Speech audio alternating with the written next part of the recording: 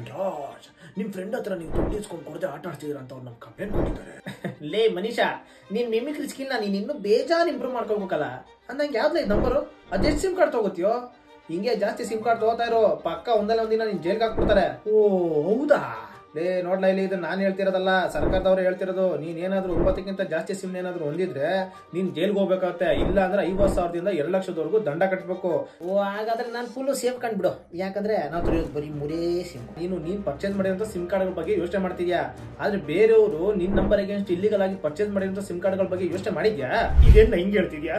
ಅದನ್ನ ಹೆಂಗ್ ಚೆಕ್ ಮಾಡೋದು, ಎಲ್ಲಿ ಚೆಕ್ ಮಾಡೋದು, ಅದಾದ್ರೂ ಹೇಳ. ಸಿಂಪಲ್ ಕಣ. ಡಿಪಾರ್ಟ್ಮೆಂಟ್ ಆಫ್ ಟೆಲಿಕಮ್ಯುನಿಕೇಶನ್ ಅವರು ಒಂದು ಪೋರ್ಟಲ್ ನ ಬಿಟ್ಟಿದ್ದಾರೆ, ಸಂಚಾರ್ ಸಾಥಿ ವೆಬ್ಸೈಟ್ ಅಂತ. ಆ ವೆಬ್ಸೈಟ್ ನ ವಿಸಿಟ್ ಮಾಡು. ಅಲ್ಲಿ ಸ್ಕ್ರಾಲ್ ಮಾಡಿದಾಗ ನೋ ಯೋರ್ ಮೊಬೈಲ್ ಕನೆಕ್ಷನ್ಸ್ ಅಂತ ಇರುತ್ತೆ, ಅದನ್ನ ಸೆಲೆಕ್ಟ್ ಮಾಡು. ಅಲ್ಲಿ ನಿನ್ ಮೊಬೈಲ್ ನಂಬರ್ ಮತ್ತೆ ಕ್ಯಾಪ್ಚರ್ ಸಬ್ಮಿಟ್ ಮಾಡಿದ್ರೆ ನಿನ್ ಡಿವೈಸ್ ಗೆ ಒಂದು OTP ಬರುತ್ತೆ, ಅದನ್ನ ಹಾಕು.